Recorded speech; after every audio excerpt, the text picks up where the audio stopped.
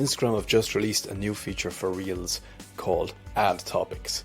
So when you create your Reel and you're happy with it and you're going into the part where you edit the caption, just go down and just below also share to feed, you'll see tag people, and then underneath that add topics. So when you click that, you'll be given a list of predefined topics that will associate to what you've just posted, and they'll also associate with your brand and tie in there.